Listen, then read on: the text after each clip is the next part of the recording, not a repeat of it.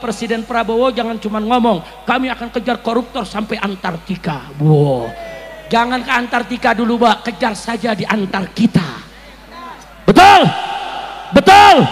Takbir. Kita doain semoga Prabowo tidak omon-omon saja. Amin.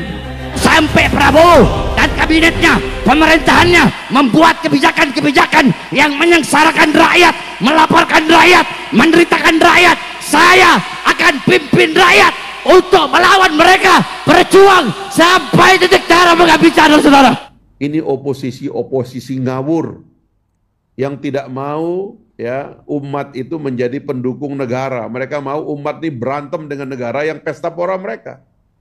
Hentikanlah yang begini-begini. Organisasi Islam itu adalah ibu kandung dari republik ini karena dia berdiri terlebih awal. Buat apa kemudian mau disetting oleh orang untuk berkelahi dengan negara, menghantam pemimpin sehingga keharmonisan kita dalam membina umat kita ini menjadi diganggu oleh mereka. Jangan berprasangka buruk, jangan mencari-cari kesalahan orang lain. Boleh jadi kesalahan kita ini semata-mata hanya ditutupi oleh Allah. Boleh jadi kita lebih banyak kesalahannya karena Allah tidak berkenan membukanya. Hari ini semua orang menyaksikan sosial media. Apabila di sana beredar cacian, makian akan merusak pikiran dan pada akhirnya akan membuat perpecahan. Itulah orang-orang yang menebar perpecahan dalam sosial media diganyang oleh Allah dengan humazah. Publik kembali dibuat terkejut dan heran dengan sikap HRS dan kelompoknya yang dinilai belum kapok dan belum puas memprovokasi masyarakat. Dengan ceramahnya yang dianggap penuh dengan caci maki dan provokasi, seperti baru-baru ini, Habib Rizik Syihab dan Habib Bahar bin Smith mengkritik keras penegakan hukum di era Prabowo Gigara vonis ringan Harvey Muiz. Namun kita juga nggak perlu heran sahabat semua, kenapa kelompok ini kembali bersikap ekstrim? Karena mungkin kecewa tidak dilibatkan di kabinet era rezim Jokowi dan rezim Prabowo seperti ormas-ormas lainnya yang dirangkul. Keberadaan kelompok ini dinilai hanya bikin gaduh oleh caci maki lewat mimbar dakwah, namun pemerintah jadi serba salah. Mau terlalu keras nanti pasti dibilang anti terhadap kelompok Islam dan mengkriminalisasi ulama. Perjalanan tentu masih panjang sahabat semua. Kita lihat saja nanti di pertengahan era Prabowo, apakah kelompok ini masih bisa bersikap seperti ini? Rasa-rasanya Prabowo dan orang-orangnya tidak akan tinggal diam jika rakyat sudah sangat dibuat resah oleh kelompok ini. 271 triliun, yang kemarin hukumannya cuma 6,5 tahun penjara. Saya mau tanya, kita dapat saudara 270 triliun, kita di penjara 6 tahun, mau gak? Mau gak? Kita masuk penjara rame-rame. Gila, 271 triliun, maling ayam di penjara 1 tahun, maling buah semangka di kebun di penjara 1 tahun. Ada nenek-nenek di Jawa Timur nyolong kayu 3 batang 1 tahun. Giliran 271 triliun 6 tahun setengah. Yeay. Kacau tidak? Kacau tidak? Habib Hanif ngomong baik-baik saja. Ditanya bagaimana kabar Abah Habib Rizik, baik-baik saja, 1 tahun penjara. Saya sakit berobat 2 tahun di penjara. Kacau tidak? Cuman saya ditanya, Habib kondisi bagaimana? Saya kasih kabar, alhamdulillah saya bikhair, alhamdulillah 2 tahun penjara. Kacau tidak? 271 triliun 6,5 tahun. Yeay. Kacau tidak? Kacau tidak? Saya tanya, ridho atau tidak? Ridho atau tidak? Biarkan atau lawan? Takbir. Kacau tidak? Panitia juga mau di penjara semua, asal dibagi 271 triliun. Rame-rame juga dibagi masih mau. Kacau tidak? Saya tanya 271 triliun itu kecil atau besar? Kecil atau besar? Itu bisa dibawa makan satu hari 1 miliar selama 742 tahun. Sebesar ini tidak pantas hanya dihukum 6,5 tahun. Alasan hakim apa? Enggak, dia masih punya anak, dia punya istri, gue punya bini, gue juga punya anak, kenapa lu penjara? Nah sekarang saya mau ajak deh semua nih saudara, saya mau ajak nih semua, kalau besok ada maling ayam, maling sendal, maling jemuran, jangan disiksa, jangan dianiaya saudara, jangan dihakimi, haram, nggak boleh kata aniaya mereka, tangkap, serahkan ke polisi saudara, selesai. Tapi kalau ada koruptor 271 triliun seperti ini, kejar saudara kemanapun dia lari, gantung di jalanan lewat pengadilan rakyat. Setuju tidak? Takbir. Jangan maling ayam yang lu gebukin. Ayo sekarang saya mau tanya, besok-besok maling ayam gebukin pejangan. Ulah digebukin. Setuju?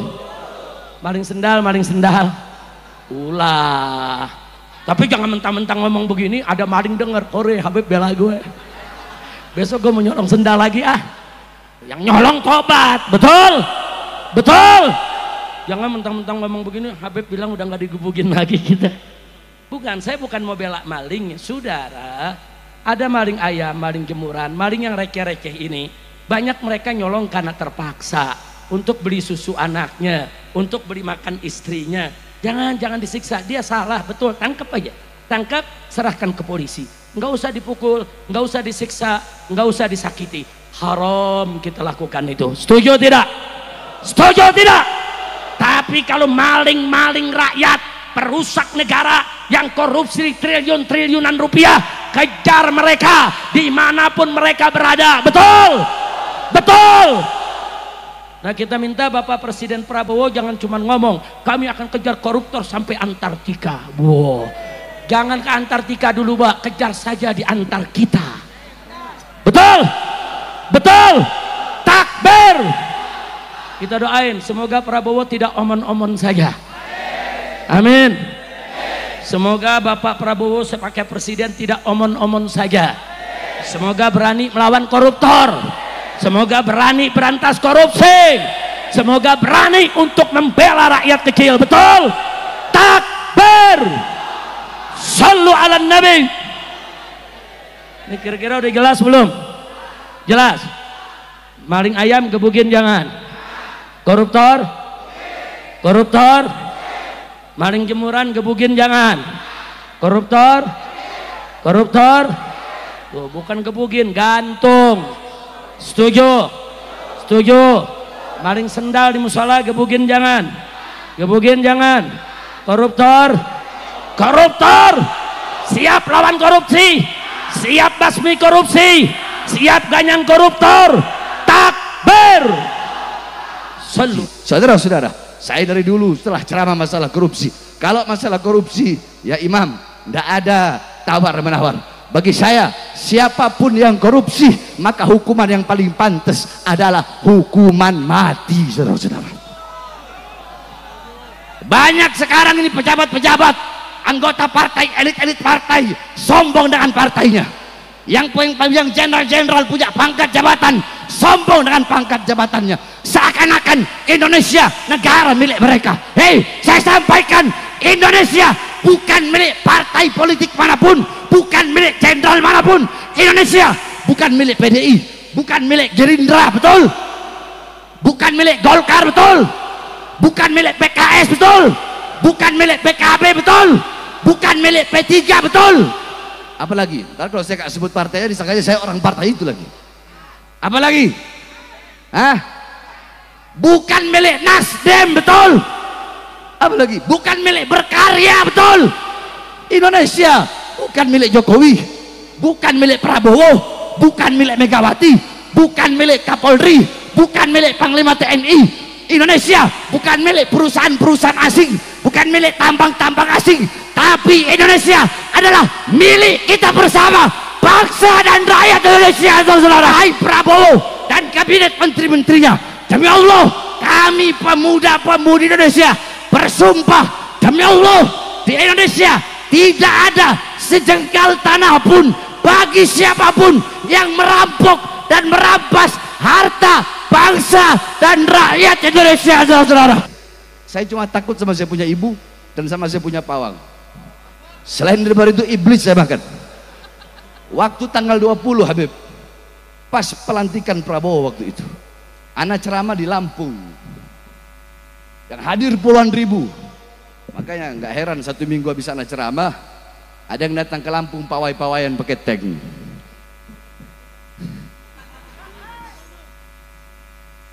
Waktu itu 20 Oktober pas pelantikan presiden.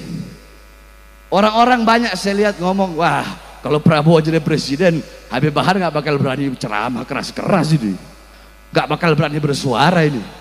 Tanggal 20-nya kemarin saya ceramah di Lampung pas pelantikan presiden lagi. Saya ceramah apa saya bilang? Segala kebijakan-kebijakan Prabowo yang menguntungkan rakyat akan didukung oleh rakyat. Betul? Betul. Kebijakan-kebijakan pemerintah Prabowo yang menguntungkan rakyat, yang pro kepada rakyat, khususnya rakyat kecil, rakyat susah, rakyat yang kelaparan, pengangguran, maka kebijakan yang menguntungkan rakyat itu akan kami dukung. Betul? Betul. Terus saya sampaikan lagi ada ujungnya itu. Apa ujungnya? Tetapi kalau sampai Prabowo dan kabinetnya, pemerintahannya membuat kebijakan-kebijakan yang menyengsarakan rakyat, melaporkan rakyat, menderitakan rakyat, saya akan pimpin rakyat untuk melawan mereka, berjuang sampai titik darah menghabiskan, saudara. Indonesia tercinta ini Allah ciptakan 714 suku yang beredar dari Aceh sampai Papua, 630 bahasa. Allah ciptakan pula 13.700 pulau, dan di dalamnya ada 6 agama yang diakui pemerintah. Lita'arofu, untuk saling kenal, bukan saling marah, bukan saling caci, bukan saling dengki, bukan saling mencari kekurangan-kekurangannya satu dengan yang lain. Allah Subhanahu wa taala melarang kita memanggil saudaranya dengan sebutan yang buruk, tapi karena perbedaan pilihan, akhirnya kita saling hina dengan menyebut nama-nama hewan. Padahal Allah melarangnya. Jangan memanggil saudaramu dengan sebutan yang buruk. Siapapun orangnya, maka dia terkena ayat ini bahwa Allah melarang memanggil saudaramu dengan sebutan yang buruk, apalagi sebutan itu sebutan hewan. Cacian makian dengan nama hewan sudah beredar di sosial media. Beda pendapat dibilang kadrun, beda pilihan dibilang cebong, beda umum dibilang kampret, beda kunut dibilang bid'ah. Beda-beda ini adalah rahmat Allah. Tapi lihatlah, kita tidak bisa mengambil hikmah dari perbedaan-perbedaan itu. Caci maki antar sesama mukmin atau sebangsa setanah air, saudara semanusia, saudara seinsan manusia ciptaan Allah pun akhirnya saling caci, saling hina. Ma'asyiral muslimin, kembalilah ke jati diri yang sebenarnya. Mendengar sekali penyesalan orang-orang yang menyerang pemerintah karena ingin memberikan fasilitas pengelolaan lahan, IUP dan sebagainya kepada ormas-ormas, khususnya ormas Islam. Mereka menentang. Saya berbicara dengan tokoh-tokoh Muhammadiyah, saya bilang jangan mau. Ini oposisi ngawur yang tidak mau ya umat itu menjadi pendukung negara. Mereka mau umat ini berantem dengan negara yang pesta pora mereka. Hentikanlah yang begini-begini. Organisasi Islam itu adalah ibu kandung dari republik ini karena dia berdiri terlebih awal. Buat apa kemudian mau disetting oleh orang untuk berkelahi dengan negara, menghantam pemimpin sehingga keharmonisan kita dalam membina umat kita ini menjadi diganggu oleh mereka. Saya kira ini mesti kita hentikan dan kita mulai konsolidasi sosial ini supaya tertata kembali masyarakat kita, sehingga seperti optimisme Partai Gelora, Indonesia akan segera terkonsolidasi menjadi kekuatan kelima dunia, menjadi negara yang dihormati. Pidato Bapak Presiden di D8 kemarin itu mungkin nggak enak didengar oleh sebagian dari pemimpin negara Islam. Sudahlah, kalau kita lemah kita nggak dihormati. Kekuatannya cuma interupsi, cuma protes, cuma demonstrasi. Kita harus kuat, kita harus punya nuklir, kita harus menjadi kekuatan yang punya teknologi dan persenjataan yang kuat, baru dihormati. Dan untuk itu ya kita harus konsolidasi. Kalau terus-menerus kita bertengkar dan menganggap pertengkaran ini adalah kemewahan segala-galanya, kapan kita menjadi negara kuat dan kapan kita bisa bantu Palestina? Nah, kesadaran ini yang harus kuat di kita sekarang ini, memasuki tahun baru 2025 ini. Mudah-mudahan ini bisa kita sepakati dan kita gaungkan supaya ayo mari kita bersatu. Tidak ada niat dari pemerintah Pak Prabowo untuk mempersulit rakyat. Kemarin Pak Prabowo sampai berjam-jam di Kementerian Keuangan untuk memastikan bahwa pajak adalah instrumen negara untuk mengadilkan ekonomi. Yang menikmati ekonomi yang besar sebaiknya mendapatkan pajak yang lebih besar. Tetapi kepada rakyat yang di bawah dilindungi dengan keringanan pajak yang luar biasa dan subsidi yang luar biasa. Ini adalah jalan dari negara yang benar. Ya, saya kira tidak ada niat buruknya kepada rakyat dan karena itulah harus kita dukung secara luas dan secara masif. Itu aja mungkin. Terima kasih. Saya sengaja mengantarkan ini supaya ini menjadi narasi pembuka tahun baru kita sehingga kita betul-betul akan menjadi negara yang dipandang oleh seluruh dunia sekarang ini menjadi negara yang aman, yang tertib, yang damai dan karena itulah banyak hal yang kita bisa lakukan di negara ini untuk membantu kemanusiaan sebagaimana cita-cita pendiri bangsa kita bahwa Indonesia akan menjadi tidak saja pemain dalam negeri, tapi pemain global. Dan kita sudah tunjukkan sejak awal berdirinya Republik ini.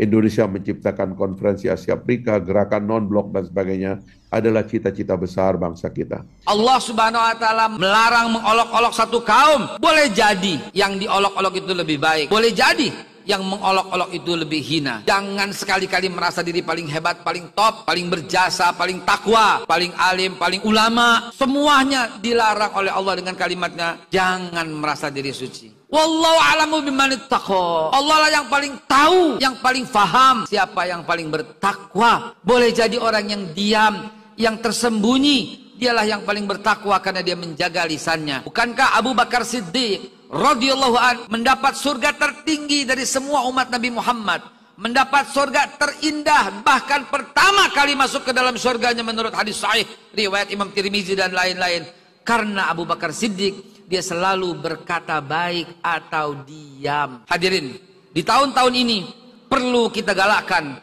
surat Al-Hujurat mulai ayat yang ke-10, 11, 12, 13 adalah ayat untuk meredam semua perpecahan-perpecahan di umat. Allah melarang, wahai orang yang beriman, jangan kalian mengolok-olok kaum yang lain. Boleh jadi mereka yang diolok-olok lebih baik. Dan jangan pula perempuan-perempuan mengolok-olok perempuan yang lain. Boleh jadi perempuan yang diperolok-olok lebih baik daripada yang mengolok-olok. Jangan kamu saling mencela satu sama lain. Jangan saling memanggil dengan gelar dan sebutan yang buruk. Saudaraku, kalau Allah sudah sampaikan ini dengan laknahi di sana, berarti memanggil orang dengan sebutan yang buruk hukumnya haram. Jauhi prasangka buruk, dan Rasulullah sabdakan prasangka buruk itu adalah lebih jahat daripada orang berdusta, karena prasangka buruk membuat satu rekayasa. Prasangka buruk dimainkan oleh subconscious mind, oleh alam bawah sadar, dirancang sedemikian rupa, diolah sedemikian rupa, dan orang-orang ini mendapat predikat seburuk-buruknya perkataan. Iyyakum wa zanna, kata Nabi, fa inna zanna akdzabul hadis. Awas kamu dengan prasangka, karena prasangka, kata Nabi, akdzabul hadis. Kalau kita bedah sedikit saja, akdzab ini adalah isim tabdil dari katanya kazaba. Kazaba itu bohong, tapi kalau akdzab yang paling bohong. Mari kita simpulkan asal muasal, sebab penyebab dari bertikainya di sosial media, dari tidak menjaganya sosial media dan akhlakul karimah yang membuat bangsa ini terpecah.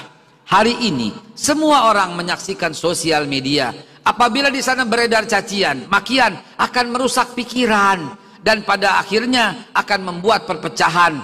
Itulah orang-orang yang menebar perpecahan dalam sosial media diganyang oleh Allah dengan humazah, dan sudah disiapkan ayatnya oleh Allah sejak 1444 tahun yang lalu. Sejak 1444 tahun yang lalu Allah udah sampaikan, ada loh orang yang kerjaannya mencela, memfitnah, tapi dapat uang dari celaan dan fitnahannya. Itulah yang disebut buzzer bayaran.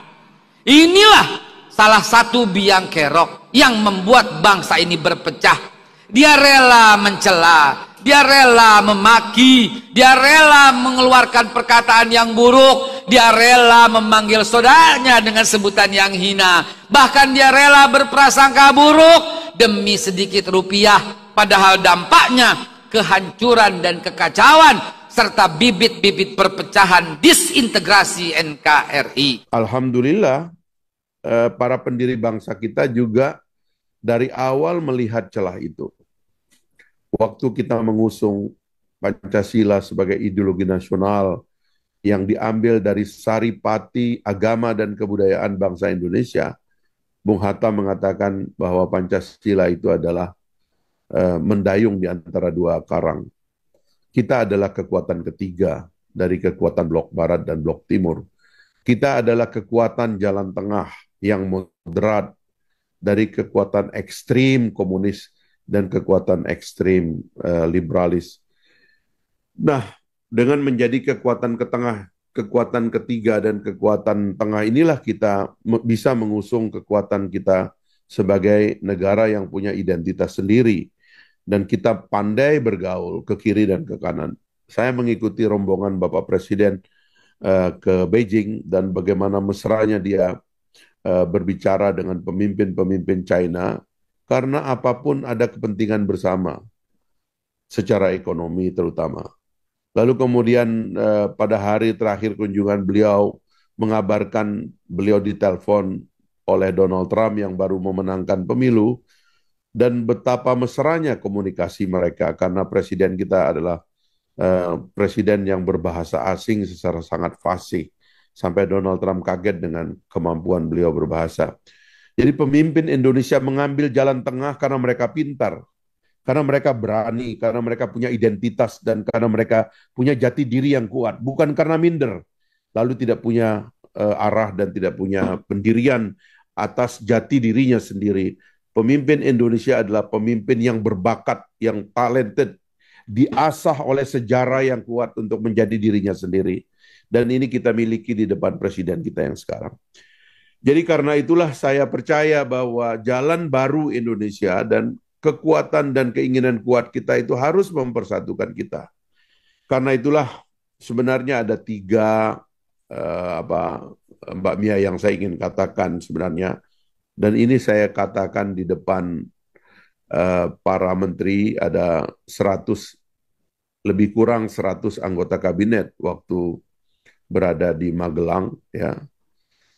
Kalau Pak Prabowo dengan secara halus memakai kata-kata konsolidasi demokrasi dan konsolidasi kenegaraan, dan beliau memulai dengan mengajak para anggota kabinet itu ke Magelang untuk baris berbaris dan kemudian makan secara terpimpin, bangun pagi, ya, setelah sholat subuh kita sudah ada di lapangan, lalu menyongsong matahari bersama-sama. Beliau tidak dikecualikan. Beliau berada di lapangan bersama-sama dengan kita. Itu menggambarkan satu keinginan untuk menata kembali bangsa kita. Beliau sebelum kami dilantik berceramah berkali-kali tentang statecraft, bahwa negara itu ada ada ilmunya, cara kita mengelolanya. Dan beliau konsolidasi. Tapi dalam pertemuan itu, saya mengacungkan tangan dan saya berbicara, dan saya katakan kepada teman-teman, kalau Pak Prabowo memakai kata konsolidasi, marilah kita sadari bahwa ini kembalinya komando. Bangsa ini hidup dalam tradisi komando yang cukup panjang. Komando ini dalam bahasa lama, orang mengkritiknya sebagai feodalisme atau apapun namanya, dengan segala macam tuduhan-tuduhan jelek kepada keinginan mengkonsolidasi bangsa. Saya katakan ini komando, paling tidak 3 komando yang harus kita tegaskan. Pertama itu komando politik. Politik kita ini centang perenang, politik kita ini politik liberal yang sebenarnya sudah terlalu banyak memakan korban konsolidasi nasional, keharmonisan dan harmoni di antara anak bangsa, di antara pusat dan daerah, di antara timur dan barat, di antara suku dan agama itu centang perenang. Karena diadu oleh liberalisme yang liar, yang membolehkan kita saling menghina dan bertengkar terhadap hal-hal yang tidak signifikan. Nah, karena itu mumpung para politisi semuanya dan tokoh ketua umum partai politik ada di sini, saya bilang, mari kita ikut komando politik ini dalam pengertian kita fasilitasi prosedur kita berpolitik secara lebih baik. Ada godaan di dunia ini sekarang untuk ikut dengan cara China. Karena China itu negara yang terbesar sekarang ini mengeluarkan rakyatnya dari kemiskinan. Dalam satu generasi, 700 juta orang Cina itu keluar dari garis kemiskinan. Dan semuanya sekarang punya rumah yang layak, bahkan perumahan di China itu ratusan juta oversupply, padahal penduduknya 5 kali lebih besar kita. Dan mereka pendapatan per kapitanya sekarang hampir 4 kali melewati kita, padahal kita merdeka pada hari yang pada saat yang sama dengan mereka, sehingga ada orang tergoda untuk menjadi otoriter. Ya, di sebelah kanan itu ada Barat yang nampak tidak terkonsolidasi, demokrasi liberal sedang terhuyung-huyung, mereka masih berperang dan menyisakan jatuhnya moral mereka sebagai negara demokrasi karena membiarkan Israel melakukan genosida di Palestina dan Gaza, dan sekarang merambah kepada negara-negara lain. Barat sedang kejatuhan nilai moral. Apakah kita harus memilih mereka? Tidak, kita punya jalan sendiri. Ini adalah penegasan jati diri saja. Politik Pancasila ini harus di-restore sebagai bagian dari narasi besar kita untuk bersatu. Sebab kita ini dipertengkarkan oleh hal-hal yang tidak-tidak. Dan apalagi sekarang ini, karena ada kebebasan sosial media dan sebagainya, seolah-olah ini jalan bagi kita untuk saling meniadakan. Saya sedih melihat cara orang misalnya memandang Pak Jokowi. Tidak selesai-selesai. Apakah mudah menjadi Jokowi di tengah iklim politik yang tidak baik? Ketika partai politik seenaknya main di belakang, mentorpedo kekuatan presidensialisme, bermain sendiri, ugal-ugalan. Sekarang tiba-tiba kita mengikuti partai yang merusak sistem presidensialisme itu untuk menyerang Pak Jokowi, dan kemudian seolah-olah dia nggak ada jasanya. Padahal bagaimana ada situasi transisi yang baik sekarang yang disebut oleh video kita tadi itu, kalau bukan Pak Jokowi menatanya dengan baik, membangun rekonsiliasi dan mengajak Pak Prabowo dalam satu rekonsiliasi untuk membangun kekuatan masa depan, serta meninggalkan partai-partai yang ekstremis karena kemudian menganggap partainya adalah segala-galanya.